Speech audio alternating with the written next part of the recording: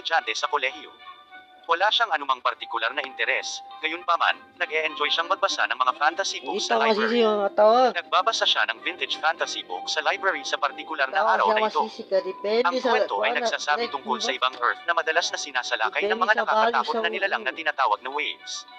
Ang mga naninirahan sa mundong ito ay nagpapatawag ng apat na bayani, na bawat isa ay may hawak na iba't ibang sandata upang labanan ang mga waves, isang espada, isang sibat, isang pana, at isang shield. Si Naofumi ay talagang sinasamon sa kaharian ng kwento sa mismong oras na ito. Sinasabi ng mga lokal na siya ang shield hero, at may hawak siyang shield sa kanyang kamay. Tatlo pang bayani ang tinawag din ng hari ng Melromark kasama si Naofumi. Magtutulungan ang apat na bayani para tulungan ang Melromark sa pagpigil sa paparating na waves.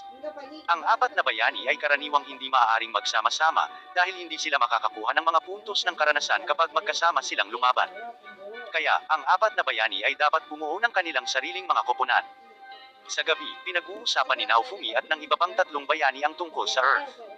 Pagkatapos, nalaman nila na sila ay mula sa iba't ibang parallel universe.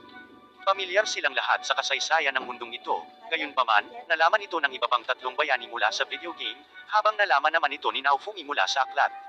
Dahil ang Shield Hero ay maaaring hindi marahas na umatake ngunit may mahusay na depensa, ang tatlo pang bayani ay batid na siya ang pinakamabagal na mag-level up, ngunit si Naofumi ay hindi nababahala, dahil iniisip niya na hanggat ang kanyang mga kasamahan ay ang nagsasagawa ng pag-atake, maaari rin siyang mag-explore ng ibang mundo. Kinabukasan, ang hari ay nagdala ng isang grupo ng mga adventurer. Apat na bayani ang pagpipilian nila para magsilbing kapitan nila. Gayunpaman, wala sa mga adventurer na ito ang pumili kay Naofumi. Ang Shield Hero ay hindi itinuturing na sapat na makapangyarihan sa kanilang lahat. Nahihiya si Naofumi dahil walang gustong maging partner niya sa kabila ng katotohanan na siya ang bayani na higit na nangangailangan ng mga kasamahan sa koponan. Isang nakamamanghang salamangkero ang hindi inaasahang nagpahayag ng kanyang pagnanais na sumali sa koponan ni Naofumi sa puntong ito. Si Naofumi ay naantig at natutuwa. Ang hari pagkatapos ay nagbibigay ng isang komisyon sa bawat bayani na maaari nilang gastusin upang bumili ng kanilang unang hanay ng mga armas. Dinala ni Molty si Naofumi sa isang sikat na tindahan ng panday. Gayunpaman, nang bumili si Naofumi ng mga armas, nalaman niyang ang tanging sandata na maaari niyang gamitin ay ang kalasag na hawak niya. Pagkatapos bumili ng armor, umalis si Naofumi sa lungsod kasama si Molty upang sakupin ang pinakamahina na mga halimaw ng lobo. Habang ang iba pang mga bayani ay nakatalo ng ilang mga lobo na halimaw, si Naofumi ay tumatagal ng mahabang panahon upang talunin ang isa lamang. Ang mga halimaw na napatay ay nag-iiwan ng mga mapagkukunan na maaaring gamitin ng bayani upang mapahusay ang kanyang sandata. Kasunod ng labanan sa araw na iyon, pinili ni Molty si Naofumi ng ilang kagamitan sa mas mataas na antas, at nag-enjoy sila sa hapunan sa inn. Inanyayahan ni Molty si Naofumi na uminom, ngunit tumanggi siya dahil hindi siya nasisiyahan sa alak. Bumalik si Naofumi sa kanyang silid pagkatapos ng hapunan upang magpahinga, ngunit hindi niya inaasahan na nang nagising siya, lahat ng kanyang mga ari-arian kabilang ang kanyang pera ay nawala. Lalo pang lumala ang sitwasyong ito, si Naofumi ay dinala din sa kustodiya ng isang grupo ng mga tropa. Si Naofumi ay dinala sa harap ng hari na gustong hatulan siya. Tulad ng lumalabas na sinasabi ni Molty na si Naofumi ay pumasok sa kanyang silid, at pinilit siyang gumawa ng isang nakakahiyang pagkilos. Bukod dito, nagulat si Naofumi nang makitang suot ng bayani ng sibat ang kanyang gamit. Ipinaalam ng bayani ng sibat kay Naofumi na ibinigay sa kanya ni Molty ang mga ito, at lumilitaw na si Molty ang parehong tao na kumuha ng mga gamit ni Naofumi. Pagkatapos, naunawaan ni Naofumi na nilinlang siya ni Molty para e-frame siya. Walang nag-iisip na si Naofumi ay inaakusahan lamang sa yugtong ito. Nais ni Naofumi na umalis sa mundong ito nang labis na iniisip pa nga niyang bumalik sa Earth. Kinailangan mag-isang maglakbay si Naofumi hanggang sa makumpleto niya ang pagtatalaga ng pagsira sa mga waves, dahil ang paggawa nito ay ang tanging paraan upang makabalik sa Earth. Karaniwan, dapat ipakulong ng hari si Naofumi, ngunit kailangan din niya si Naofumi para tulungan siyang labanan ang mga waves. Kaya, ipinaalam lamang ng hari sa buong bansa na ang bayani ng kalasag ay isang hamak. Si Naofumi ay kailangang mag-isa na lumaban sa Warcraft para mangolekta ng mga materyales. Ngayon ay hinahamak ng buong populasyon ng Melromark si Naofumi na ikinagagalit niya. Ngunit sa kabila nito, hindi siya nakakaramdam ng pagkatalo. Hindi niya kailangang mag-alala tungkol sa kanyang reputasyon habang nakikitungo, dahil iniisip ng lahat na siya ay marumi. Bubugbugin ni Naofumi ang sinumang negosyante na magtangkang lokohin siya bago ibigay sa kanya ang nararapat sa kanya. Si Naofumi ay may ilang natatanging mga pakinabang bilang isang bayani ng kalasag. Kahit may medyo mahinang lakas ng pag-atake, si Naofumi ay may talento sa mga pantulong na kakayahan, tulad ng pagkakast at pangungulekta, bilang karagdagan sa pagtatanggol. Gagamitin din ni Naofumi ang ilang halimaw ng lobo bilang mga sandata para tulungan siyang umatake. Ito ay naobserbahan ng isang mga ngalakal ng alipin, na nagmumungkahi na bumili si Naofumi ng isang alipin. Noong una ay ayaw sa kanila ni Naofumi, dahil kamakailan lang ay nalinlang siya ng isang kasamahan sa koponan. Ngunit nagpasya siyang bumili ng alipin bilang kasosyo pagkatapos malaman na hindi maaaring ipagkanulo ng mga alipin ang kanilang mga may-ari. Ang pinakamahinang alipin lamang ang kayang bayaran ni Naofumi. Sa huli ay nakipag-ayos si Naofumi sa isang demi-human na babae mula sa Raccoon Clan. Ang bawat alipin ay may mystical tattoo sa kanilang katawan na nagpapahintulot sa master na utusan sila, at pinipigilan silang ipagkanulo ang amo. Si Raphtalia, isang demi-human na batang babae, ay natatakot kay Naofumi, dahil ang kanyang dating may-ari ay mabagsik at madalas na inaabuso siya. Ngunit pinili ni Naofumi si Raphtalia at binigyan siya ng disenteng pangangalaga. Si Naofumi ay nagbibigay kay Raphtalia ng mga suplay at armas, habang tinuturuan din ang kanyang mga kasanayan sa pakikipaglaban. Tanging kapag si Raphtalia ay masyadong natatakot na lumaban ay gagamit si Naofumi ng mga utos upang siya ay lumaban ng buong lakas. Iisa ang ulam ni Naofumi at Raphtalia kapag kumakain sila. Laking gulat ni Raphtalia nang makita ang kanyang Panginoon na may parehong pagkain sa unang pagkakataon bilang isang alipin. Nalaman ni Raphtalia pagkatapos na si Naofumi ang bayani ng Kalasag.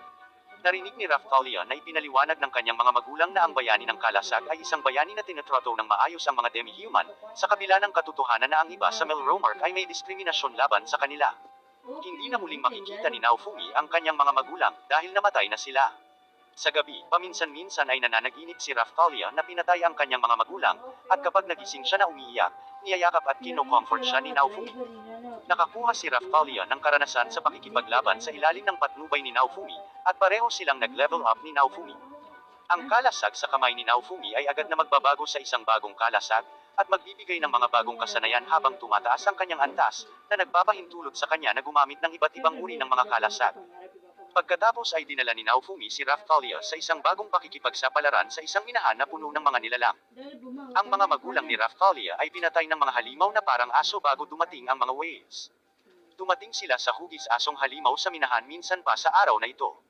Sa una, magagamit lamang ni Naofumi ang kanyang katawan upang palayasin ang mga pag-atake ng asong halimaw, dahil si Raphtalia ay sobrang takot na makipaglaban sa kanila.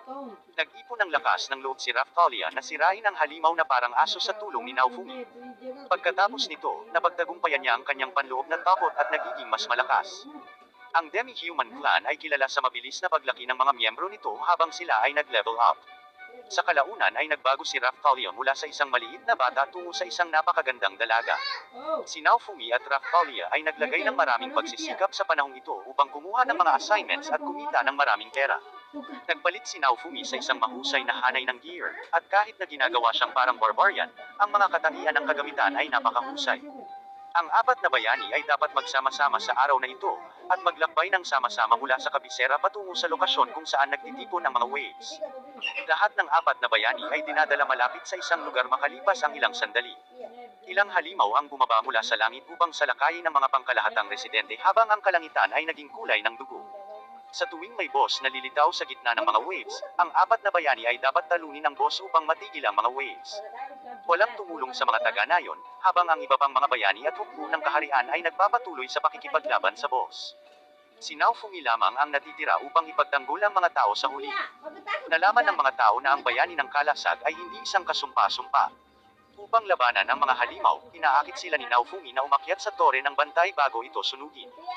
Habang pinagmamasdan nila si Naofumi na nagtatanggol sa mga taga-nayon, ilang mga sundalo na nagmamarcha patungo sa larangan ng digmaan ay nagpasyang manatili at tulungan siya. Ang halimaw ay kalaunan ay natalo at ang mga waves ay nawala, salamat sa iba pang mga bayani. Ang karamihan sa mga residente ng nayon ay nananatiling buhay dahil sa proteksyon ni Naofumi. Naantig si Raphtalia sa katotohanan na ang mga bata sa nayon ay hindi nakakaranas ng parehong trahedya gaya ng sa kanya, dahil sa tulong niya at ni Naofumi, na nagbibigay daan sa kanya upang makahanap ng layunin sa buhay. Ang apat na bayani ay inanyayahan ng hari sa isang piging pagkatapos ng digmaan. Sa kalagitnaan, maingat na pinuna ni Molty si Naofumi sa bayani ng Sibat. Bilang resulta, ang bayani ng Sibat ay muling namali ang interpretasyon kay Naofumi, sa pag-aakalang tinatrato niya si Raphtalia ng kahindik-hindik dahil siya ay ginawang alipin ni Naofumi. Ang bayani ng Sibat ay nag-aalok ng tunggalian kay Naofumi, at kung ang bayani ng Sibat ang mananalo, tatanggalin ni Naofumi ang tato ni Raphtalia. Hindi pinapansin ni Naofumi ang pang-aasar ng bayani ng Sibat nang magpadala ang hari ng isang tao na humarang sa kanya, at pilitin siyang makipaglaban sa bayani ng Sibat. Magsisimula ang tunggalian, at ang pag-atake ng bayani ng Sibat ay ipinagtanggol ni Naofumi. Ngunit ang lakas ng strike ni Naofumi ay hindi sapat upang madaig ang bayani ng Sibat. Si Naofumi, gayunpaman, ay naglabas ng ilang mga halimaw ng lobo mula sa kanyang balabat. Kahit na hindi matatalo ang bayani ng Sibat sa mga pag-atake ng mga nilalang na ito, maaari siyang mapahamak. Nang ang bayani ng Sibat ay nakulong sa likod ng isang spherical na kalasag ni Naofumi gamit ang isang kulungang spell, hindi niya nagawang ipagtanggol ang sarili at tuluyang nakulong sa bitak. Biglang nag-spell si Molty sa puntong ito para atakihin si Naofumi ng lihim. Nakahanap ng pagkakataon ang bayani ng Sibat at nanalo sa tunggalian. Tutol si Naofumi sa hari, ngunit nagulat siya nang malaman na si Molty ay anak ng hari. Itinalaga ng hari ang bayani ng Sibat bilang panalo, at pagkatapos ay nagpadala ng isang tao upang alisin ang tato ni Raphtalia. Tubhang nasaktan nito si Naofumi, na nag-aakala na walang pag-aalinlangan na si Raphtalia ay tatalikod sa kanya tulad ng iba. Gayunpaman, tumanggi si Raphtalia na gawin ito, at kusang loob na nagpa siya na manatili kay Naofumi. Labis na naantig si Naofumi kaya niyakap nila ni Raphtalia ang isa't isa ng mahigpit, na nangakong hindi maghihiwalay. Ang hari ay sinadya upang gantimpalaan ang apat na bayani pagkatapos ng pagkumpleto ng waves, ngunit hindi niya ibibigay kay Naofumi ang kanyang bahagi. Sa kabutihang palad, ang panloloko ng Sibat na bayani sa labanan ay nalantad ng parehong bayani ng espada at bayani ng pana, na napansin na hindi tinatrato ni Naofumi si Raphtalia ng hindi patas. Nakita rin nila si Naofumi na nagtatanggol sa mga taga-nayon. Tinutulungan nila si Naofumi na makakuha ng pera na nararapat sa kanya. Pagkatapos umalis sa palasyo, pumunta sila sa tindahan ng mga ngalakal ng alipin, kung saan muling pinaayos ni Raphtalia ang kanyang magic tattoo na nagpapakilala ng tiwala. Kasunod nito, ginagamit ni Naofumi ang award na pera upang bayaran ang mga ngalakal ng alipin para sa isang magic egg. Maraming iba't ibang mahiwagang alagang hayop kahit ang malalakas na alagang hayop tulad ng mga dragon ay maaaring mapisa mula sa mga mahiwagang itlog. Sa kasamaang palad, ang Philolial, isa pang makapangyarihang mahiwagang alagang hayop ang napisa mula sa mahiwagang itlog ni Naofumi, sa halip na isang dragon. Pinangalanan ni Naofumi ang Philolial na Philo, at dinadala siya sa mga pakikipagsapalaran mula noon. Habang mabilis na lumalaki si Philo, malapit na siyang sakyan ni Naofumi sa mga pakikipagsapalaran. Sa araw na ito, naglalakbay si Naofumi sa isang nayon na ibinigay ng hari sa bayani ng Sibat. Ang bayani ng Sibat ay naniningil ng malaking halaga ng buwis na nagpapahirap sa mga lokal. Sa pagsisikap na makaganti sa bayani ng Sibat, hinarap din siya ni Naofumi. Sa halip na labanan, sumasali sila sa mga riding contest sa pagkakataong ito. Kung mabigo ang bayani ng Sibat, kailangan niyang sumuko sa nayong ito. Ang mount ng bayani ng Sibat ay isang dinosaur, at sa palagay niya ay dapat na mas mabilis ang kanyang dinosaur kaysa sa Philolial ni Naofumi. Gayunpaman, pagkatapos ng pagsisimula ng karera, ang Philolial ni Naofumi ay nagpapanatili ng pangunguna sa mas mabilis na takbo. Kaya, nagpadala si Molty ng mga tropang salamangkero upang makagambala kay Naofumi gamit ang mga mahika sa daan. Ngunit sina Naofumi at Philo ang nanalo pa rin sa huli, salamat sa kanilang lakas. Ang mga taga-nayon ay nagbigay kay Naofumi ng isang karwahe bilang tanda ng pagpapahalaga sa pagtatanggol sa kanilang nayon sa pamamagitan ng pagdalo sa bayani ng Sibat. Para makapagnegosyo siya sa iba't ibang lugar, pinayagan ni Naofumi si Philo na hilahin ang karwahe. Lalong nagulat si Naofumi nang makitang si Philo ay naging isang batang babae na may pakpak nang magising siya ng umagang iyon. Si Philo pala, na nagtataglay ng mas makapangyarihang mahiwagang kakayahan at maaaring magbagong tao ay ang reyna ng Philolial. Kailangang mahanap ni Naofumi si Philo ng ilang kakaibang damit, dahil napakalaki ng pagkakaiba ng kanyang anyo ng tao at ibon. Kung hindi, ang damit ni Philo ay mapupunit kapag siya ay naging isang Philolial mula sa isang tao.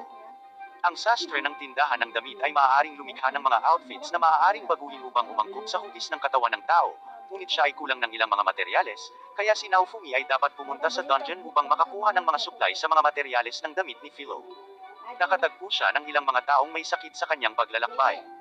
Sa kabutihang palad, matutulungan ni Naofumi ang mga pasyenteng ito, dahil may kapasidad siyang pataasin ang mga epekto ng gamot.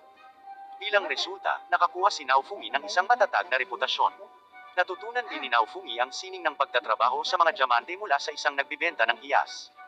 Bilang karagdagan, ipinaalam ng nagbibenta ng hiyas kay Naofumi na ang mga bagay na kailangan niya ay maaaring matagpuan sa isang dungeon. Kaya nakipagsanib puwersa si Naofumi sa isang mangkukulam, at pareho silang pumasok sa dungeon. Si Naofumi ay dumating sa isang malakas na halimaw dito, at siya at ang kanyang mga kaibigan sa huli ay nagtutulungan upang talunin ito. Hiniling ni Naofumi sa sastre na tumulong sa paggawa ng damit ni Philo nang mayroon na siyang mga kinakailangang materyales. Sa halip na mapunit, ang outfit ay nagiging bow ornament kapag si Philo ay nagiging Philolia. Nalaman ni Naofumi nang hindi inaasahan na ang isang nayon ay nangangailangan ng maraming herbicide habang siya ay naglalakbay. Pumili siya ng maraming herbicide upang ibenta sa nayon. Habang bumibisita si Naofumi sa nayon, natuklasan niya na ang suliranin ay mas malala kaysa sa kanyang inaasahan. May mga halimaw na katulad ng halaman na umaatake sa mga residente sa lugar. Si Naofumi at ang kanyang mga kaibigan ay nakikipaglaban sa mga halaman. Natuklasan nila na ang mga halaman ay mahirap sirain sa simula, dahil sila ay mabilis na nakabawi mula sa pinsala. Pagkatapos, napagtanto ni Naofumi na maaari rin siyang gumawa ng mga herbicide, mas mahusay na gumagana sa pamamagitan ng pagpapahusay ng mga epekto nito. Nagagawa nilang sirain ang mga halaman, at protektahan ang nayon sa paggamit ng mga herbicide. Dumating sila sa isang lungsod na maraming mainit na bukal. Dahil sa murang edad ni Philo, mahusay siyang inaalagaan ni Naofumi. Inaalagaan ni Naofumi si Raphtalia sa ganitong paraan noong hindi pa siya dalaga. Naiinggit si Raphtalia dito, at sinubukang makuha ang atensyon ni Naofumi. Nagpasya si Raphtalia na hanapin ito, at iharap ito kay Naofumi matapos malaman na mayroong isang gemstone sa kagubatan ng kapitbahayan na perpekto para sa mga mag-couple.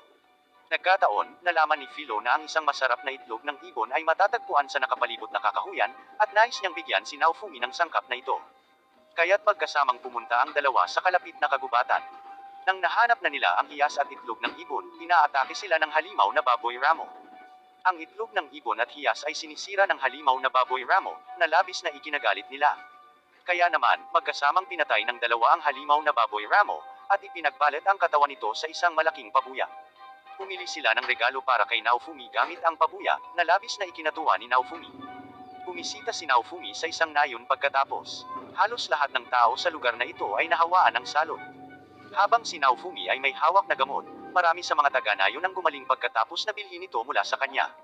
Gayunpaman, ayon kay Naofumi na nagbibigay ng gamot, nagpapabuti lamang ng ilang kalusugan nito sa mga taga-nayon. Upang ganap na maalis ang sakit, kailangan din niyang pigilan ang pinagmulan nito.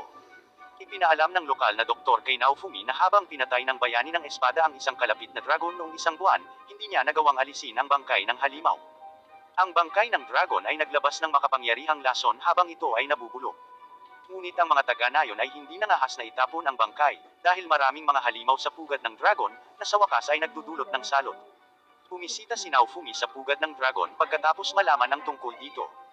Hindi niya inaasahan na gumagalaw ang bangkay ng dragon.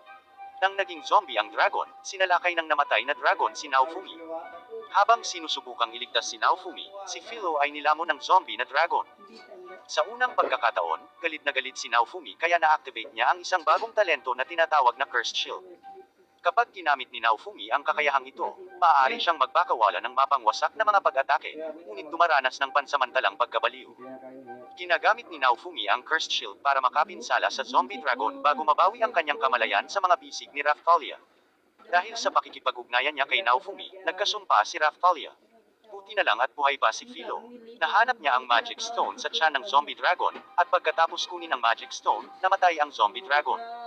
Tinapos ni Naofumi ang salot, ngunit nagkasakit si Raphtalia mula sa sumpa. Si Naofumi ay kailangang bumili ng banal na tubig mula sa simbahan ng lungsod, upang magamot ang sakit ni Raphtalia.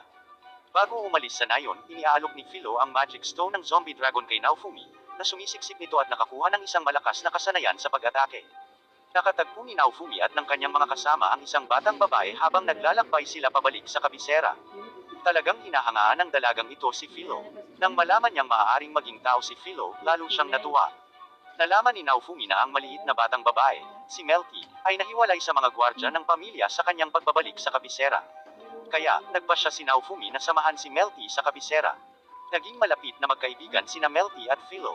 Nasanay na si Melty na magpahinga sa mga balahibo ni Philo sa gabi.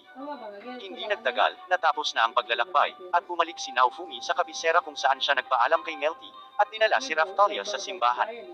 Kahit na hinahamak ng mga miyembro ng simbahan si Naofumi, pinagbibilhan pa rin nila siya ng banal na tubig sa pagsisikap na paginhawahin siya. Nang makatagpo ni Naofumi ang bayani ng Sibat, kalalabas lang niya sa simbahan. Ang bayani ng Sibat ay palaging itinuturing si Naofumi bilang isang kontrabida, kaya nang malaman niya na sina Naofumi at Philo ay pumasok sa lungsod, ipinapalagay niya na si Naofumi ay dinukot si Philo. Ang bayani ng Sibat ay muling nakikipaglaban kay Naofumi, na nagdulot ng pinsala sa ilang kalapit na residente. May mga sundalong gustong ihinto ang tunggalian, ngunit sinabi ni Molty na ang tunggalian ay inaprubahan ng hari. Sa oras na ito, biglang sumulpot si Melty at inutusan niya ang mga sundalo na itigil agad ang tunggalian. Doon nalaman ni Naofumi na si Melty pala ay kapatid ni Molty, ang isa pang prinsesa ng Melromar. Nang maglaon, nag-transform si Philo bilang Philolial sa harap ng bayani ng Sibat, na inihayag sa kanya na hindi siya isang babaeng tao. Agad na nag-aalangan si Naofumi na magtiwala kay Melty matapos malaman kung sino siya. Si Naofumi ay dati nang maling inakusahan ng hari at ni Molty, kaya naghinala siya sa maharlikang pamilya. Si Melty ay talagang mas malapit sa Reyna, at ang Reyna ay walang sama ng loob sa bayani ng Kalasag. Pagkatapos ng maraming pagsisikap, ang antas ni Naofumi ay umabot na ngayon sa tuktok ng kasalukuyang propesyon. Kailangan nilang pumunta sa orasan ng simbahan para ma-promote kung gusto nilang patuloy na mag-level up. Ang orasan ay nagsisilbing parehong timer ng waves at isang tool sa advertising. Ngunit ang simbahan ay ipinaalam ng hari na si Naofumi ay hindi maaaring hayaan na mag-level up. Galit na galit, lumabas si Naofumi sa simbahan at nagtanong sa dealer ng alipin tungkol sa mga alternatibong paraan ng pag-level up. Ipinaalam ng alipin kay Naofumi na maaari siyang pumunta sa ibang mga bansa na may parehong orasan, upang makumpleto ito. Gayunpaman, dahil ang pagbisita sa ibang mga bansa ay tumatagal ng maraming oras, at ang mga susunod na waves ay ilang araw na lang, kailangang ihinto ni Naofumi ang plano. Upang bahagyang mapabuti ang pagiging epektibo ng pakikipaglaban ng koponan, kailangan niyang bumili ng ilang kagamitan. Hindi pa man dumarating ang mga waves, mayroon ng malaking tagasunod si Naofumi. Handa silang tulungan ang bayani ng Kalasag, dahil alam nila ang kanyang kabutihan. Nang handa na ang lahat, si Naofumi ang humarap sa pangalawang waves. Inutusan ni Naofumi ang kanyang mga tagasunod na suportahan ang mga kalapit na taga-nayon sa pagtatuboy sa mga halimaw, batay sa kaalaman na kanyang nakalap mula sa mga nakaraang waves. Nagkataon lang na ang mga lokal ay may kasamang ilang mga retirado, na may kakayahang ipagtanggol ang nayon. Nang mapansin ni Naofumi na ligtas ang mga taga-nayon, umalis siya sa nayon at naglakbay patungo sa lokasyon ng boss, isang lumulutang na bangka. Ngayon, ang iba pang tatlong bayani ay nakikipaglaban sa mga alagad ng boss, ngunit ang boss ay hindi pa lumalabas kahit ilang beses silang nagtagumpay sa pagpapabagsak sa mga nasasakupan nito. Nagtatalo ang tatlong bayani, at nag-aaway pa nga habang naglalaban. Hindi sila tumitigil sa pagtatalo hanggang sa magpakita si Naofumi. Nang mas masusing suriin ni Naofumi ang barko ng boss, napansin niya ang ilang kakaibang anino. Inaatake ng lahat ang mga anino na ito hanggang sa lumabas ang boss. Sa kasamaang palad, ang boss na ito ay kahawig ng isang nilalang na may hugis ng isang kaluluwa, at bukod kay Naofumi, ang pag-atake ng iba pang tatlong bayani ay lumilitaw na nagdudulot lamang ng kaunting pinsala. Matagal bago matatalo ang boss kung patuloy silang lumalaban sa ganitong paraan. Kaya, pinili ni Naofumi na gamitin muli ang Cursed Shield, dahil sa pag-aalala na magtatagal ang laban, at hindi maitaboy ng mga taga-nayon ang iba pang mga halimaw. Nagkakaroon ng kapangyarihan ang Cursed Shield ni Naofumi pagkatapos ma-ingest ang Magic Stone ng Zombie Dragon, ngunit nagiging sanhi din ito ng pagtindi ng mga side effect ng Cursed Shield. Ang bawat tao ay sumusubok upang labanan ang boss, at umaabala ng ilang oras habang si Naofumi ay nawawala ng kontrol, bilang resulta ng mga side effect. Ang boss ay kasunod na pinatay ni Naofumi gamit ang isang steel cage. Ang iba pang tatlong bayani ay labis na nagulat na hindi nila inaasahan na si Naofumi ay biglang hihigit sa tatlo pa sa lakas. Ang katotohanan na mayroong maraming mga boss, at ang pangalawang boss ay hindi inaasahang lumitaw sa barko, higit pang nakakagulat sa lahat. Ang boss ay pinatay ng isang misteryosong babae na nagngangalang Glass sa sumunod na sandali. Dahil si Naofumi ay ang tanging ibang bayani na maaaring makipagkompetensya kay Glass, na malinaw naman ang pinakamalakas sa lahat ng mga bayani. Hinarap agad ni Glass si Naofumi.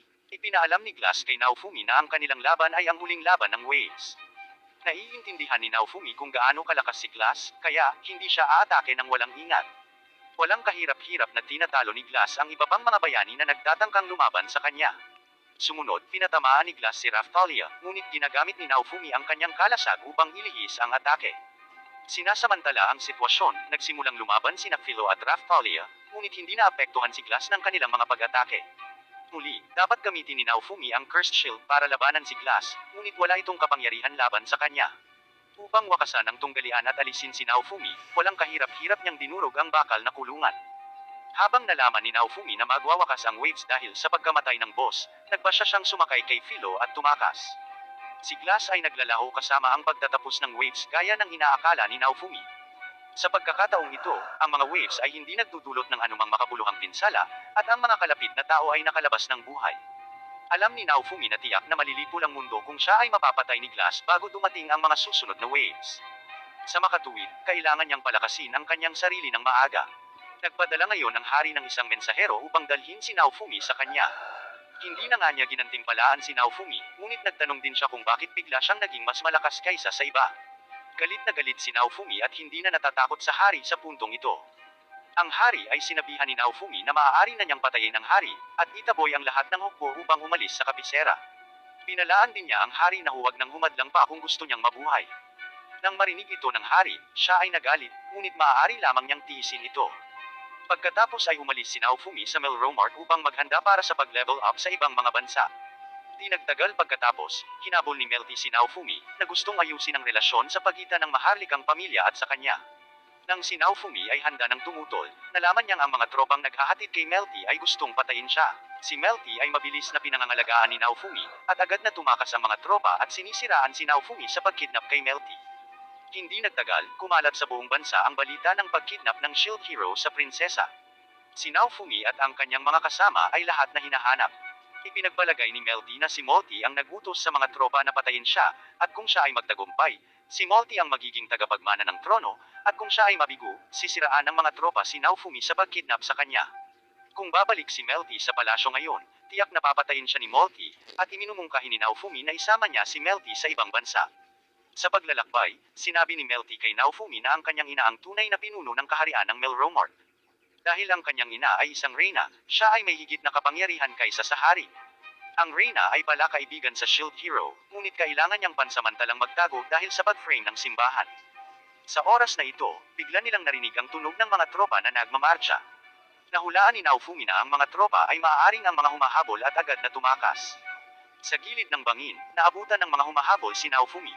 Nasa tropa rin ang tatlo pang bayani.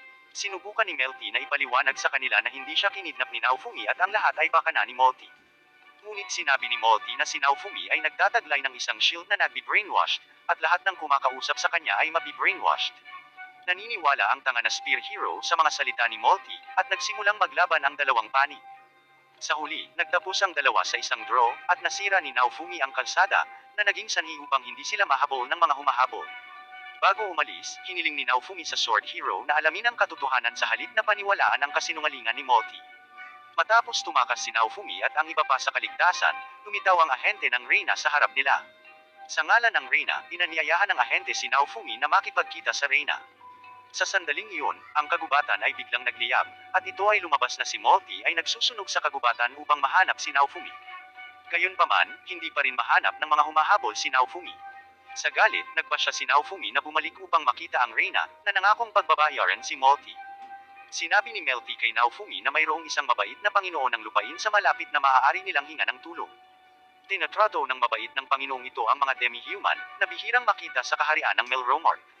Si Naofumi at ang kanyang mga kasamahan ay nagpalipas ng gabi sa kastilyo ng Panginoon. Gayunpaman, ang Panginoon ay inaresto kinabukasan. Pinaalalahanan ng kanyang kasambahay si Naofumi na tumakas sa lalong madaling panahon.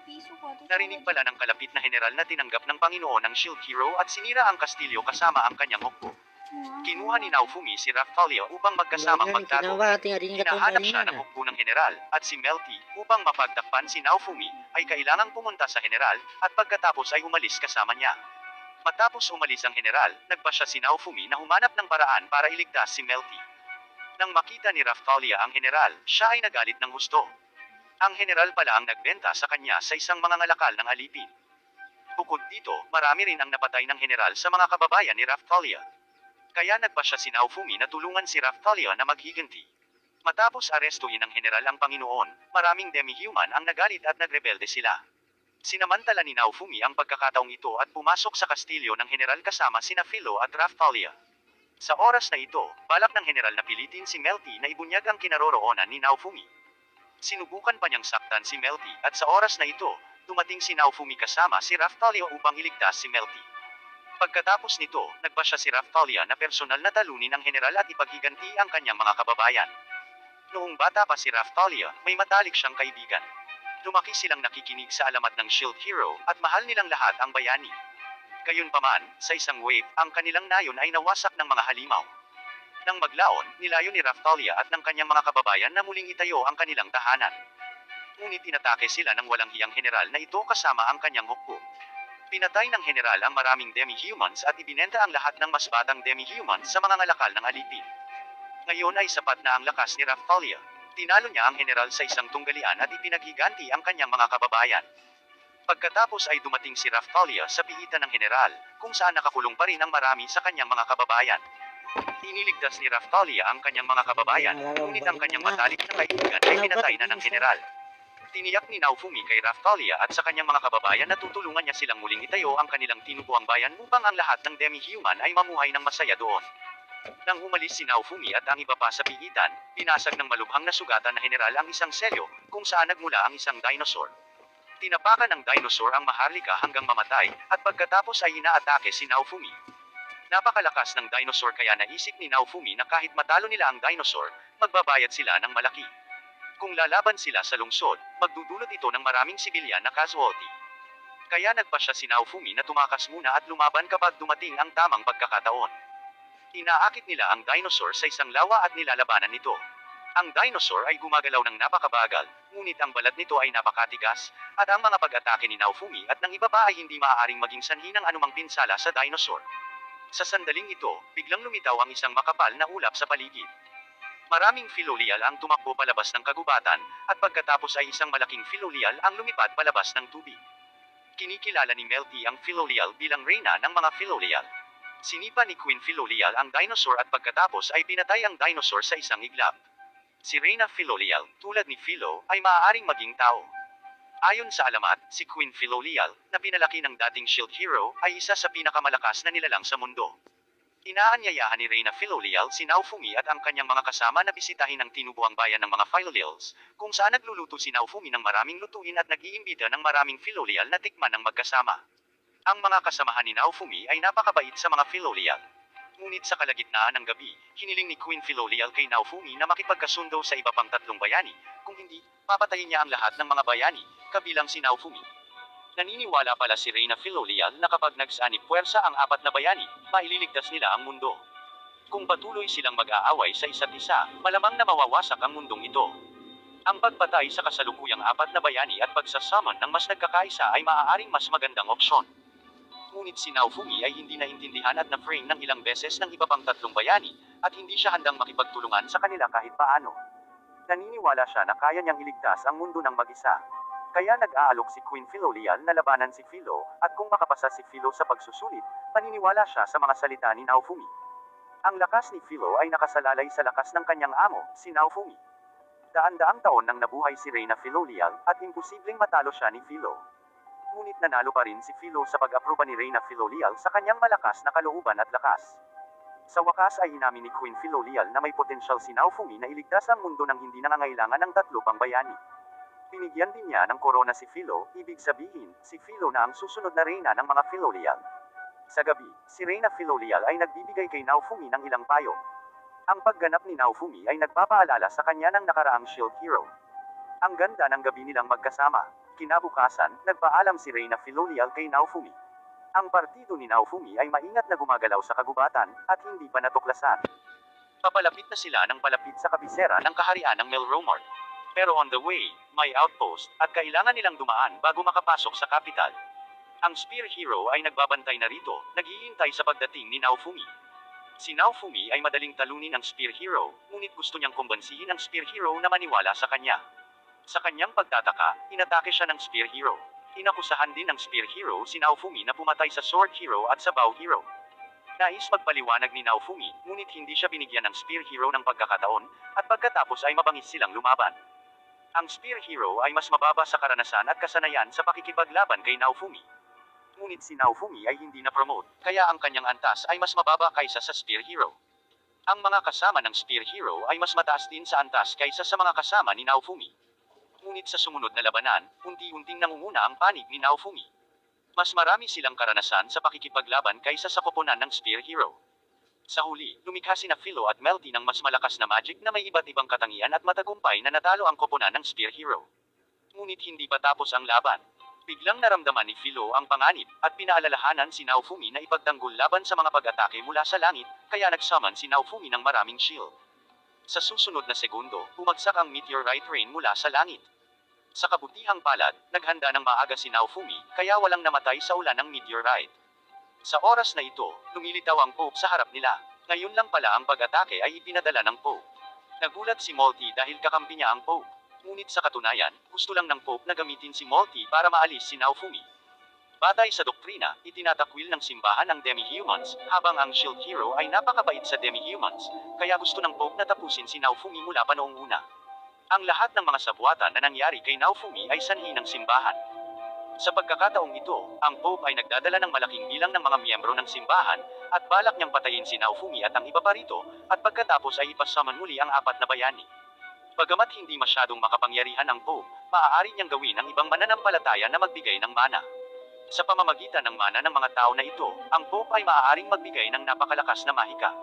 Si Naofumi ay maaari lamang patuloy na ipatawag ang kanyang mga shield upang palayasin ang mga pag-atake ng Pope. Ngunit napakaraming mananampalataya na makapagbibigay ng maraming mana, habang limitado ang mana ni Naofumi. Habang si Naofumi ay nasa isang mahigpit na laban, ang mga reinforcement ay biglang lumitaw.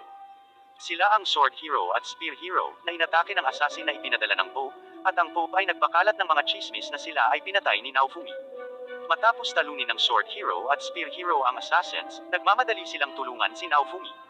Ngayon sa wakas ay naunawaan na nila na si Naofumi ay palaging inaabuso. Ngunit hindi sila humihingi ng paumanhin kay Naofumi, kaya nagagalit si Naofumi. Ang iba pang tatlong bayani ay naniniwala na ang lahat ng ito ay isang hindi pagkakaunawaan, at ang Tusong Pope ang may kasalanan. Naniniwala si Naofumi na ang kanilang katangahan at kahambugan din ang mga dahilan kung bakit siya nagawang mali. Pagkatapos ay nagsimula silang mag-away, at tila hindi sila magsanib puwersa. Kaya't sinasamantala ng Pope ang pagkakataong ito para muling umatake.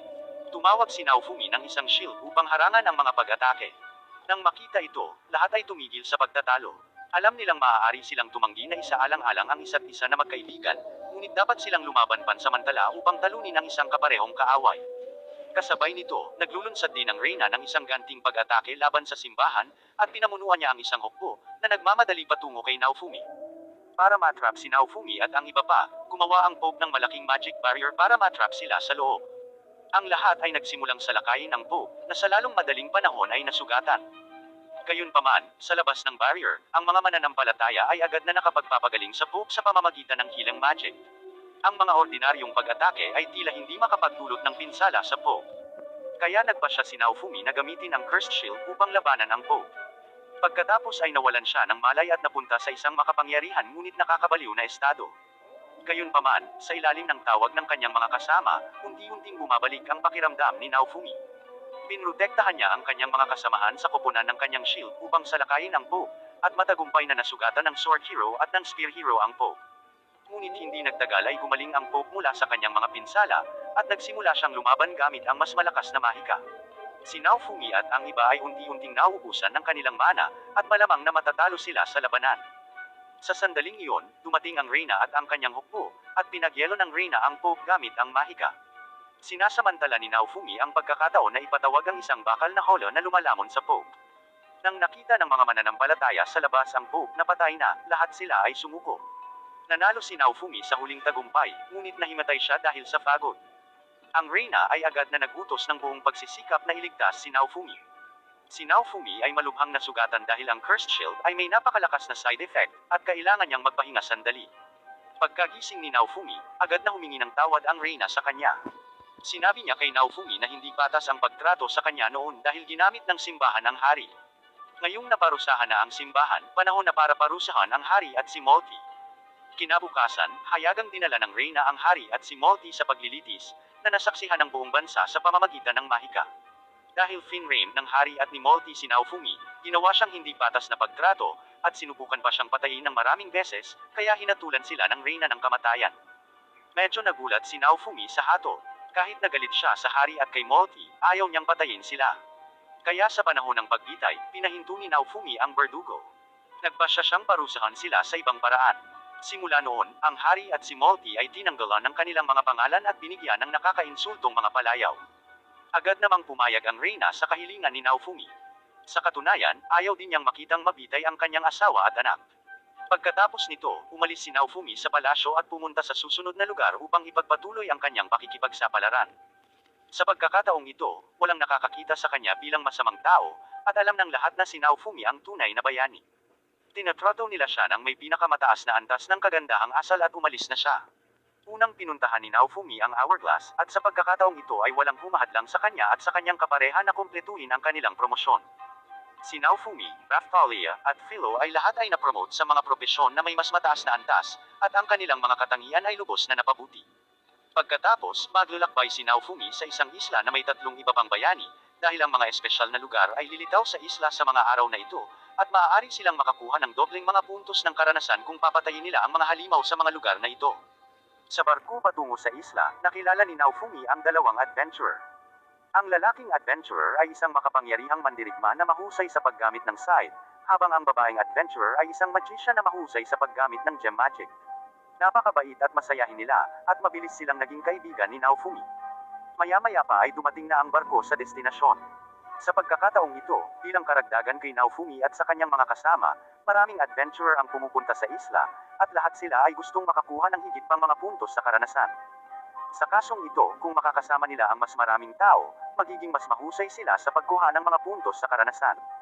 Kaya inimbitahan ng dalawang adventurer si Naofumi na maging isang team. Iniisip ni Naofumi na maaari silang maging mahusay na mga kasamahan sa koponan at sumasang-ayon sa kanilang kahilingan. Pagkatapos ay nagsimula silang labanan ang mga halimaw sa isla. Natuklasan ni Naofumi na kahit na ang mga mahihinang halimaw ay nakakapagbigay ng maraming puntos ng karanasan, kaya mabilis nilang pinapataas ang kanilang mga antas. Ngunit biglang natuklasan ni Naofumi na hindi na siya nakakakuha ng mga puntos ng karanasan. Sa oras na ito, lumilitaw ang Bow Hero sa tabi niya. Ito ay lumalabas na ang mga bayani ay hindi maaaring maging masyadong malapit, kung hindi sila makakakuha ng mga puntos ng karanasan. Kaya binago ni Naofumi ang mga lokasyon upang magpatuloy sa pakikipaglaban sa mga halimaw. Sa gabi, nakakuha sila ng maraming puntos at materyales sa karanasan. Matapos makita ng dalawang adventurer si Naofumi sa gabi, pumunta sila sa tavern para sa hapunan. Nakipag-appointment si Naofumi sa kanila para labanan ang mas malalakas na halimaw sa susunod na pagkakataon. Kinabukasan, pumunta si Naofumi sa ibang isla kasama nila. Ang mga halimaw dito ay makapangyarihan, ngunit ang dalawang adventurer ay mas malakas. Madali nilang natalo ang isang malaking bilang ng mga halimaw. Ito ay labis na ikinagulat ni Naofumi, dahil ang kanilang lakas ay nahihigitan pa ang iba pang 3 bayani. Pagkatapos ng isang araw ng pakikipaglaban, kumbinsido si Naofumi na hindi sila mga ordinaryong adventurer. Ngunit mayroon silang magagandang karakter, na nagpapasaya kay Naofumi. Pagkatapos nito, nagpaalam si Naofumi sa kanila. Dahil ilang araw silang nakipaglaban, nagpasya si Naofumi na magpahinga kasama ang kanyang mga kaibigan. Ngunit habang nagpapahinga sila sa tabi ng dagat, biglang nakakita si Philo ng isang misteryosong relic sa ilalim ng dagat. Pagkatapos ay sumisid si Naofumi kasama ang kanyang mga kasama sa ilalim ng dagat, at nagulat sila nang makitang mayroon ding isang hourglass. Bukod dito, ipinapakita ng hourglass countdown na magkakaroon ng wave sa islang ito sa loob ng 2 araw. Bilang tugon sa wave na ito, mabilis na nag-organisa ang reyna ng isang hukbo. Ang lahat ay nasa isang barkong pandigma at naghihintay sa dagat para sa pagdating ng wave. Napansin ni Naofumi na ang dalawang adventurer ay lumitaw din sa dagat, ngunit medyo kakaiba ang kanilang mga ekspresyon. Hindi nagtagal, dumating ang wave at maraming halimaw ang lumitaw sa kalangitan. Hindi napakahirap para sa hukbo na harapin ang mga halimaw na ito dahil nakapaghanda na sila. Ang mga sundalo ay nagtatapon ng mga espiritu sa dagat, at maraming mga halimaw ang nahuhulog sa estado ng pagkalasing kapag sila ay pumasok sa tubig, na naging sanhi ng kanilang lakas sa pakikipaglaban na manghina. Sa pagkakataong ito, ang boss ay isang kakaibang isda na may sungay, at ito ay tila hindi apektado ng mga espiritu. Si Naofumi ang may pananagutan sa pag-akit sa kakaibang isda, habang inaatake ito ng iba. Ngunit hindi kayang sirain ng kanilang mga atake ang katawan ng kakaibang isda. Kasabay nito, ang ilang mga fishmen sa mga halimaw ay nagsimulang umatake, at si Melty ay halos kaladkarin ng fishman sa dagat. Sa kritikal na sandali, iniligtas ng dalawang adventurer si Melty, at pagkatapos ay nagtutulungan sila ni Naofumi upang patayin ang boss. Gayunpaman, pagkatapos patayin ang boss, ang labanan ay hindi pa tapos, at ang tunay na labanan ay nagsisimula pa lang. Ang dalawang adventurer ay biglang nagdeklara ng digmaan kay Naofumi at sa iba pa. Mga bayani rin pala sila, pero galing sila sa ibang mundo. Ang lalaking adventurer ay ang Basel Side Hero. Ang babaeng adventurer ay hindi isang bayani, ngunit isang kasamahan ng Basel Side Hero. Naapektuhan na rin ng wave ang kanilang mundo, at ang paraan para matigil ang wave ay ang talunin ang bayani ng kabilang mundo. Ang Basel Side Hero ay napakalakas, at madali niyang natalo ang iba pang mga bayani maliban kay Naofumi. Pagkatapos ay lumaban sila kay Naofumi. Bagamat magkaibigan sila, ngayon ay kailangan nilang maging magkaaway alang-alang sa kani-kanilang mundo. Pagkatapos ng matinding laban, nauwi sa tabla ang dalawa. Sumama rin sa laban si Glass. Siya pala ang Basel Fan Hero, isa sa mga kasamahan ng Basel Side Hero. Sa kanilang huling labanan, si Naofumi ay muntik nang matalo ni Glass, ngunit sa kabutihang palad, nakatakas siya. Sa pagkakataong ito, hindi na siya makakatakas muli. Si Glass ay mas malakas kaysa sa huling pagkakataon, ngunit si Naofumi ay may mas malaking pagunlad. Pinakiusapan ni Naofumi ang kanyang mga kasamahan sa pagharap sa Basel Side Hero. Kakayahan ni Glass ay gumamit ng mga life point bilang mana, kaya napakalakas ng kanyang magic. Ngunit ang bagong kasanayan ni Naofumi ay nangyayari na malampasan ang kakayahan ni Glass. Gayunpaman, nagtatapos pa rin si Glass sa isang draw laban kay Naofumi. Kaya't nagpasya siyang i-cast ang isa sa kanyang pinakamalakas na kakayahan upang maubos ang kanyang mga punto sa buhay. Pagkatapos i-cast ni Glass ang kasanayang ito, mamamatay siya o si Naofumi. Sa sandaling iyon, ang kasamahan ng Bow Hero, si Rishia, ay nagbigay ng tulong kay Naofumi. Nagtapon siya ng maraming espiritu sa kalangitan, at agad na binasag ni Naofumi ang Bariles. Si Glass ay agad na basang-basa sa espiritu, at siya ay nahulog sa isang lasing na estado at sa huli ay nabigo sa kanyang pinakamalakas na kakayahan. Nang maglaon, natapos ang wave at ang labanan sa pagitan ni Naofumi at ng mga bayani mula sa ibang mundo ay hindi nagpasya kung sino ang nanalo. Ngunit alam ng lahat na sa susunod na wave, lilitaw muli ang mga bayani ng ibang mundo. Pagkatapos ng labanang ito, si Rishia ay tinalikuran ng kanyang mga kasamahan sa koponan dahil sa pagtulong kay Naofumi. Kaya sumali si Rishia sa team ni Naofumi, at nagkakaroon siya ng magic tattoo at nagiging miyembro ng harem ni Naofumi. Pagkatapos ng wave na ito, ang Reyna, upang gantimpalaan si Naofumi, ay nagnanais na bigyan siya ng teritoryo. Sa halip na pumili ng matabang lugar, pinili ni Naofumi ang isang barren, dahil ang lugar na ito ay tahanan ni Raphtalia. Nawasak ito sa isang wave, at maraming demi-human ang nawala ng tirahan. Ninanais ni Naofumi na muling itayo ang lugar upang mas maraming demi-human ang mabubuhay ng maligaya magpakailanman. Pagkatapos, patuloy nilang binabantayan ang pagpapanumbalak ng nayon. Nakakuha din sila ng mga bagong kakampi, at isa sa kanila ay si Eclair Sieta, ang anak ng isang maharlika na pinili ni Reyna Mirelio upang bantayan ang isang demi-human-friendly province. Sa ngayon, mukhang maayos naman ang takbo. Sinimulan ni Naofumi ang kanyang araw sa pamamagitan ng paglalakad sa nayon habang sinusubaybayan ang mga pagkukumpuni. Nang makita niya si Rishia, na nagsasanay sa burol, nagulat sila sa paglitaw ng mga familiar na paniki na sinusubukang salakayin ang mga taga-nayon. Si Naofumi at ang kanyang mga kasamahan ay sumugod sa residential area upang iligtas ang mga residente.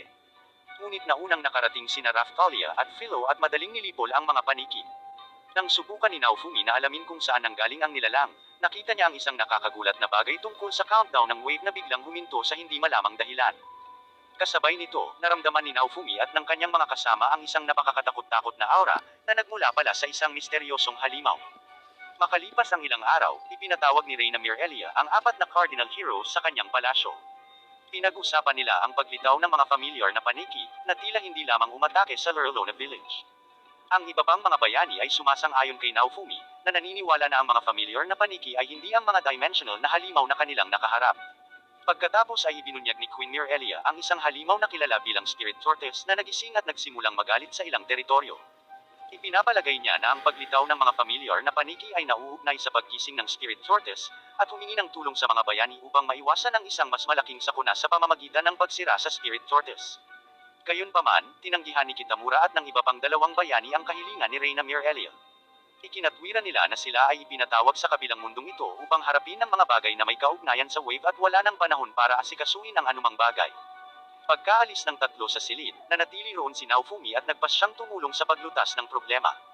Hindi nagtagal, ipinaliwanag ni Reyna Mirelia na ang Spirit Tortoise ay nasa malayong silangan na kaharian. Gayunpaman, hinulaan niya na ang Spirit Tortoise ay maaaring magtungo sa kanilang kaharian sa lalong madaling panahon, kaya hinihiling sa kanila na maghanda upang labanan ang halimaw na nasa harapang linya. Pagkatapos, dinala ni Naofumi sina Raphtalia, Philo, at Rishia para bumili ng kanilang mga armas at kagamitan. Di nagtagal, iminungkahi ni Raphtalia na gumamit si Rishia ng espada bilang sandata. Dahil palaging walang silbi at pabigat lamang ang nararamdaman ni Rishia, dinala siya ni Raphtalia upang makilala si Bulogos, ang mangangalakal ng alipin, at iminumungkahi na siya ay maging alipin ni Naofumi, kaya makakakuha siya ng kaunting kapangyarihan mula sa Shield Hero, na maaaring makapagpataas ng malaki sa kanyang lakas ng bayani. Gayunpaman, ayaw pilitin ni Naofumi ang iba na maging alipin niya maliban kung gusto ng tao. Nakapagtataka, hindi iniisip ni Rishia ang pagiging alipin niya dahil gusto niyang maging mas malakas, kaya kikilalanin ni Etsuki ang kanyang mga kakayahan at patutunayan sa kanya na siya ay maaasahan. Nang marinig iyon, sinabi ni Naofumi kay Rishion na mula ngayon, sasanayin niya ito habang sinasanay niya ang kanyang mga kasama, at hiniling na ihinto ang pagtingin sa sarili ng mababa. Nang sumunod na araw, sinimulan ni Naofumi at ng kanyang grupo ang kanilang paglalakbay patungo sa kaharian ng Spirit Tortoise sa malayong silangang rehiyon. Nang halos marating na nila ang mga hangganan ng teritoryo ng kaharian ng Spirit Tortoise, nagpasya si Naofumi na magpahinga sandali bago magpatuloy sa kanyang paglalakbay. Nang gabing iyon, si Philo, na nakikipag-usap kay Fitoria, pagkatapos ay naghatid ng mensahe mula sa kanya, na tinatalakay ang apat na cardinal heroes na hindi magkasundo. Isang opsyon na dati nilang napag-usapan ng magkasama. Malinaw pa ring natatandaan ni Naofumi ang mga salita ni Fitorio tungkol sa isang mundo na nangangailangan ng sakripisyo, ngunit hindi pa rin niya naiintindihan kung bakit sa tingin niya ay may kaugnayan ang pagpipili ang iyon sa Spirit Tortoise. Si Naofumi at ang kanyang mga kasama ay nagpatuloy sa kanilang paglalakbay, kung saan ang mga residente ay tila nagmamadaling tumakas patungo sa isang mas ligtas na lugar upang maiwasan ang pag-atake ng Spirit Tortoise. Hindi nagtagal, lumitaw ang mga familiar na paniki at ilan pang halimaw at agad na inatake ang mga residente. Habang sinusubukan ng kanyang mga kasamahan na iligtas ang mga tao, hinikayat ni Naofumi ang mga familiar na paniki at ang mga halimaw na sundan siya, pagkatapos ay inilabas ang kanyang rat shield upang sirain ang lahat ng mga halimaw. Pagkatapos ng laban, isang misteryosong babae ang lumapit kay Naofumi at tinanong ang kanyang pagkakakilanlan bilang shield hero. Pagkatapos makumpirma na siya ang shield hero, hiniling niya sa kanya na patayin siya. Hindi nagtagal, narinig ni Naofumi at ng kanyang mga kasama ang isang malakas na dagandong na sinamahan ng nakakatakot na aura, na nagparamdam sa kanilang lahat na walang magawa. Agad niyang napansin na nawala na ang babaeng nasa harapan nila, kasabay ng pagkawala ng dagandong. Pagkatapos ng insidente, dumalo si Naofumi sa isang pulong kasama si Reyna Mireliel at ang mga warlord ng ilang kaharian.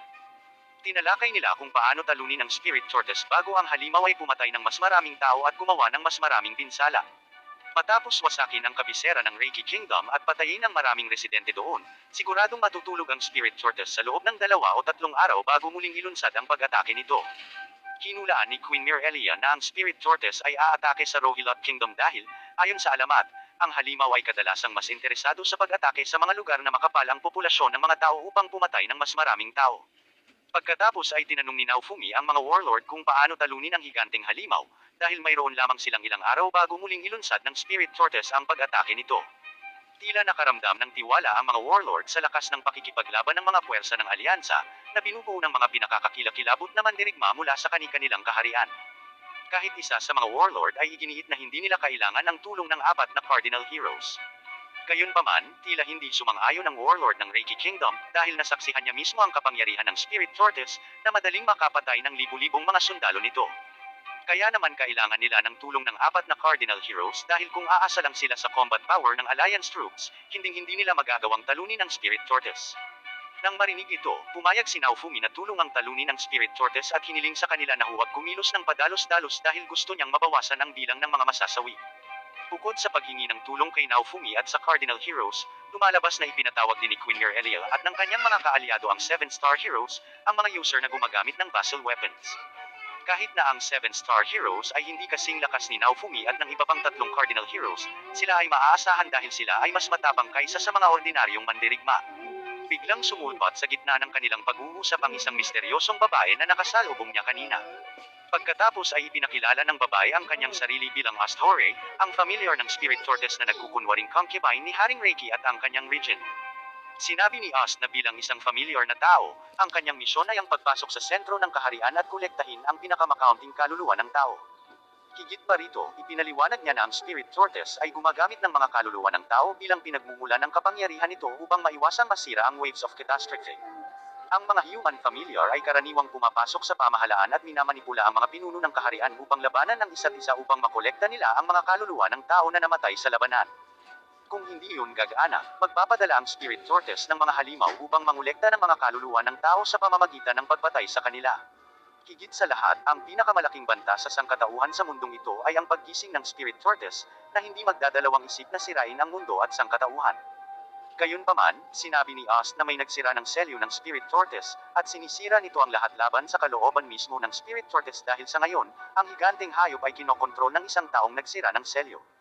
Gayunpaman, maaaring pansamantalang itigil ang paglitaw ng mga waves, ngunit sa lalong madaling panahon, magwawakas ang mundo kung hindi nila papatayin ang Spirit Tortoise na magdudulot ng kalituhan sa sangkatauhan. Dahil doon, hiniling ni Ast kay Naofumi na patayin ang Spirit Tortoise.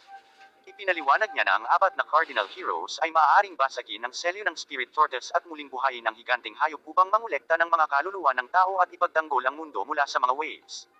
Nang malaman iyon, sa wakas ay naunawaan ni Naofumi ang mahihirap na pagpipilian na nangangailangan ng sakripisyo, kung ano ang sinabi noon ni Fitoria, na naging nauugnay sa Spirit Tortoise.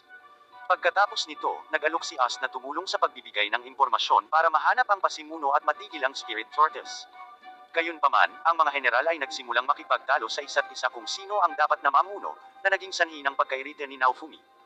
Gayunpaman, gagawin pa rin niya ang kanyang misyon na patayin ang Spirit Tortoise dahil gusto niyang protektahan ang mga residente ng kanyang nayon at lahat ng tao sa mundong ito. Nang maglaon ng gabing iyon, kinumbinsi ni Raphtalia si Naofumi na ang mga general ay nag-aalala lamang tungkol sa pagprotekta sa kanilang mga teritoryo, tulad niya, at nagmumungkahi na sila ang bahala sa pamamagitan ng pagbuo ng isang plano na hindi nila matatanggihan. Ang kanyang plano ay akitin ng Spirit Tortoise sa pamamagitan ng pagpapakalat ng malalaking hukbo sa paligid ng lugar habang sila, na sinamahan ni Ast at Eclair, ay maghahanda upang labanan ang higanteng hayop.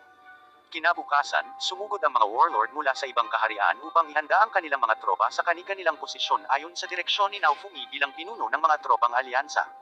Samantala, nag-iisip sila ng paraan para putulin ang ulo ng Spirit Tortoise, na tiyak na hindi magiging madali. Hiniling ni Naofumi kina Rizhia at As na pumunta sa library ng lungsod at alamin ang lahat tungkol sa Spirit Tortoise upang makahanap ng paraan upang talunin ang higanteng hayop.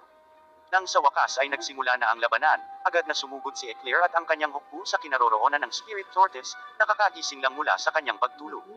Si Eclair at ang kanyang hukbo ang namamahala sa pagpapastol ng Spirit Tortoise sa lugar kung saan naghanda ang mga tropa ng alyansa upang pigilan ang paggalaw ng higanteng hayop. Kasabay nito, nilalabanan ni Naofumi at ng kanyang mga kasama ang mga pamilyar na halimaw at ilayo sila sa mga puwersa ng alyansa hanggat maaari. Gayunpaman, nahirapan ang mga tropa ng alyansa na pigilan ang paggalaw ng Spirit Tortoise, at maraming sundalo ang namatay sa larangan ng digmaan. Nang makita iyon, ang general ng Reiki Kingdom ay gumawa ng desperadong desisyon na wasakin ang burol na kanyang kinaroroonan upang pigilan ang paggalaw ng Spirit Tortoise. Sa huli, nagawang pigilan ng walang ingat na hakbang na iyon ang paggalaw ng higanteng halimaw, kahit na namatay ang general.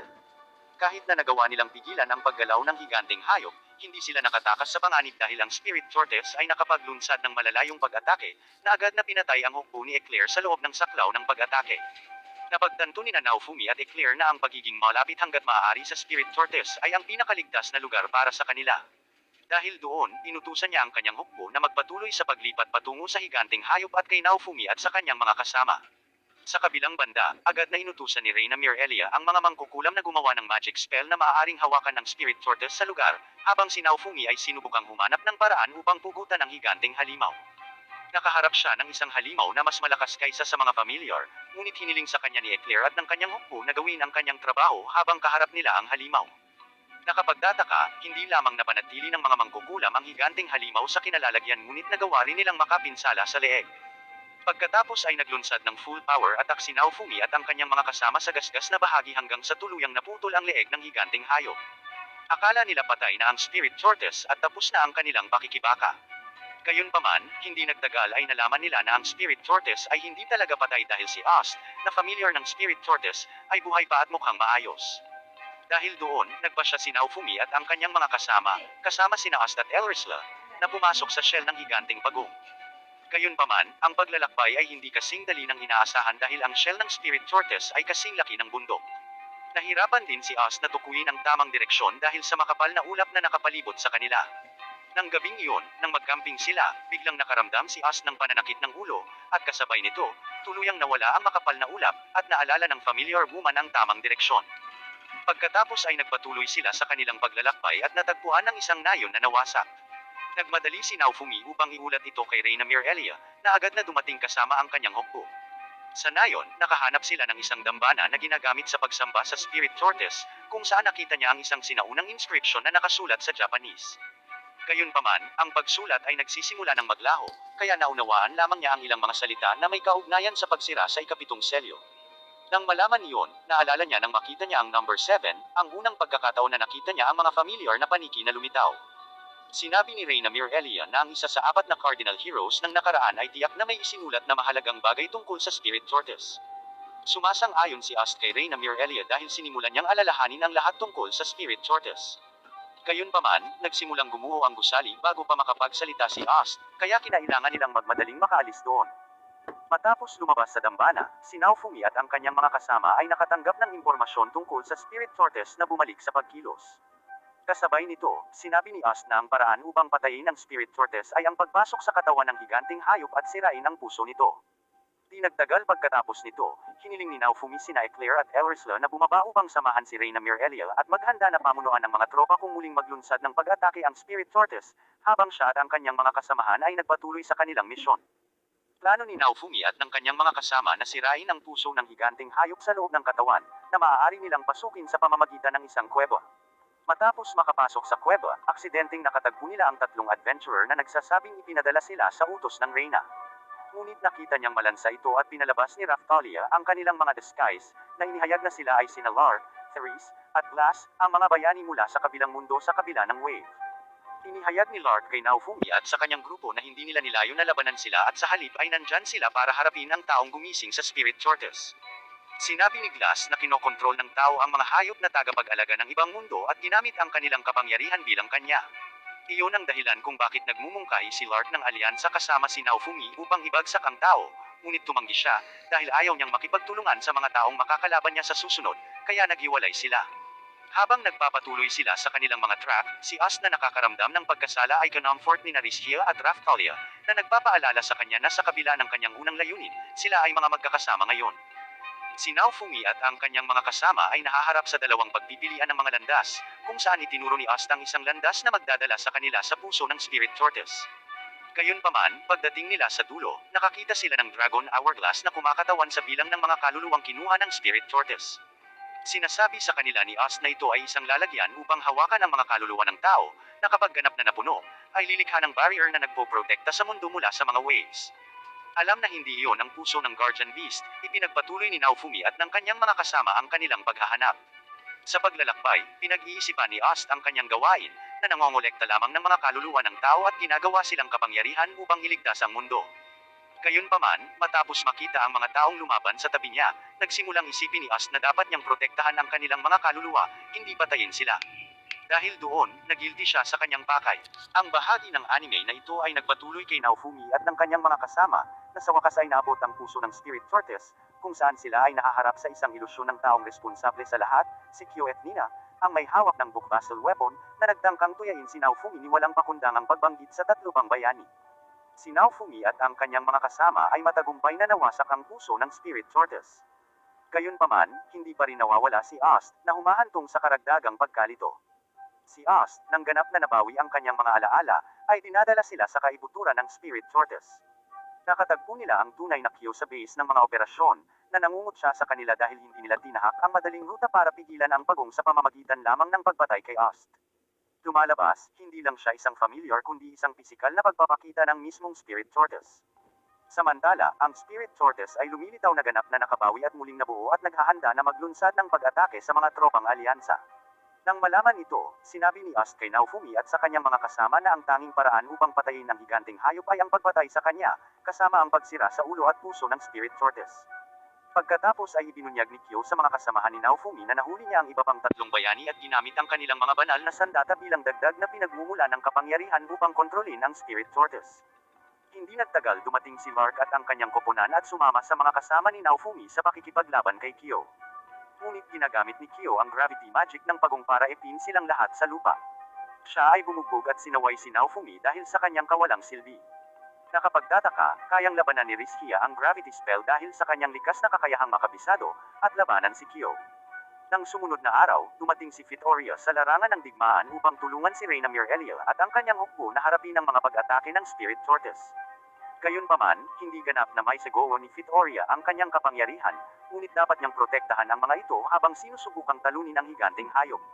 Nang malaman niyon, inutusan ni Reyna Mirelia ang lahat ng tropa na umatras upang maisegowo ni Fitoria ang kanyang buong kapangyarihan sa labanan. Kasabay nito, pinamamahalaan ni Naofumi na palayain sila mula sa gravity magic at pagkatapos ay inutusan si Philo na magmadali kasama si Lark at ang kanyang koponan upang sirain ang puso ng Spirit Tortoise.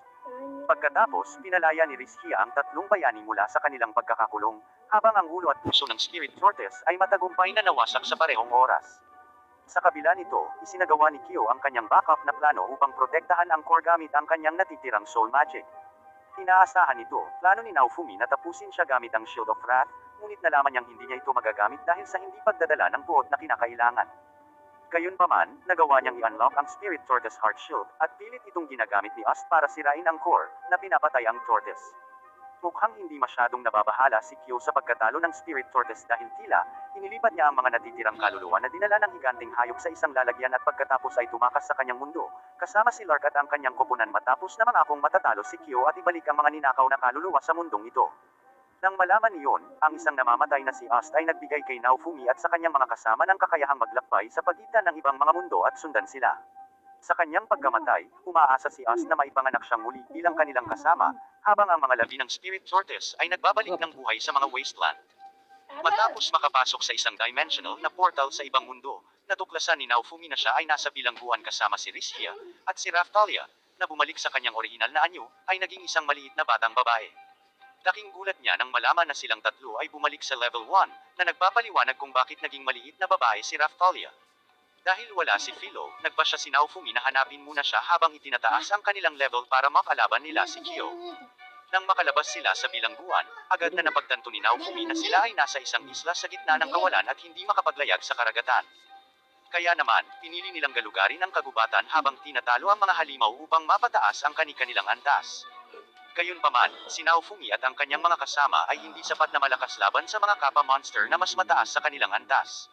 Nagawa ng halimaw na masaktan siya at muntik nang mapatay si Raphtalia.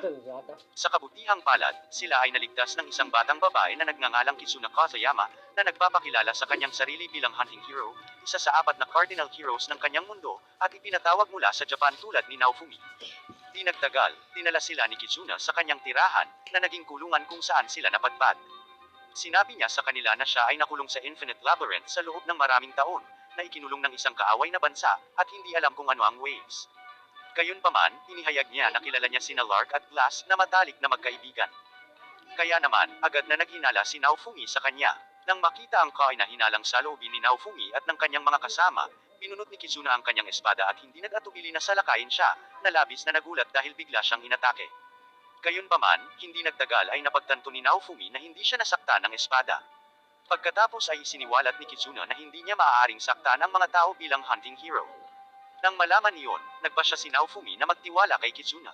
Pagkatapos, sinabi niya ang kanyang pagnanais na tumakas habang ipinapalam niya sa kanya ang mga pakikibaka at kawalan ng pag-asa na nadama niya sa pagsisikap na gawin ito. Ipinakita ni Kizuna kay Naofumi at sa kanyang mga kasama ang isang nakalantad na pambungad na pinaniniwalaan niyang ang gilid ng labyrinth, isang bagay na siya at si Naofumi ay katulad ng isang bug sa isang laro. Sinasamantala ito, nakuha ni Naofumi si Kizuna na gumawa ng bioplant na inilabas niya sa silid. Sinisira ito at pilit na binubuksan ang bug sa dingding, na pinayagan silang 4 na makapasok dito. Lahat sila ay muling lumitaw sa labas habang si Kizuna ay nasa sabik at lumuluhan na nagpapasalamat sa lahat ngayong bumalik na siya sa kanyang mundo. Matapos tuluyang umalis sa Infinite Labyrinth, agad na napagtanto ni Naofumi na ang susunod na wave ay darating sa loob ng 10 araw. Gayunpaman, dahil sila ay nasa isang lugar na medyo malayo sa Sickle Royal Capital na nagsummon kay Kizuna sa mundong ito, iminungkahi niya na mag-teleport sila upang makarating doon sa maikling panahon. Gayunpaman, hindi niya magagamit ang kanyang teleportation technique, kaya napagpasyahan nilang gamitin ang Dragon Hourglass, na nasa kabisera ng Mika Cage, na nagkataong ang lungsod na kasalukuyang kinaroroonan nila. Dahil tumagal ng ilang araw ang paglalakbay patungo doon, si Naofumi at ang kanyang mga kasama ay nagpasya na mag-level up at maghanda para sa wave. Sa paglalakbay, ipinaliwanag ni Kizuna ang tungkol sa mga residente ng bayan ng Mika Cage, na binubuo ng iba't ibang lahi. Sa kanyang mundo, ang demi-human race ay tinutukoy bilang ang grass people, na karamihan ay mga elf. Higit pa rito, ipinalam niya na si Therese ay bahagi ng lahi na tinatawag na Jewel people, na nagpapahiwatig na hindi rin sila ganap na tao. Habang si Glass ay kabilang sa isang lahi na tinatawag na Spirit people, na parang mga astral na nilalang na hindi epektibo sa pisikal na pag-atake. Gayunpaman, kung masasaktan ang Spirit people, magtatagal sila para gumaling, dahil natural lang na gumaling ang kanilang mga katawan.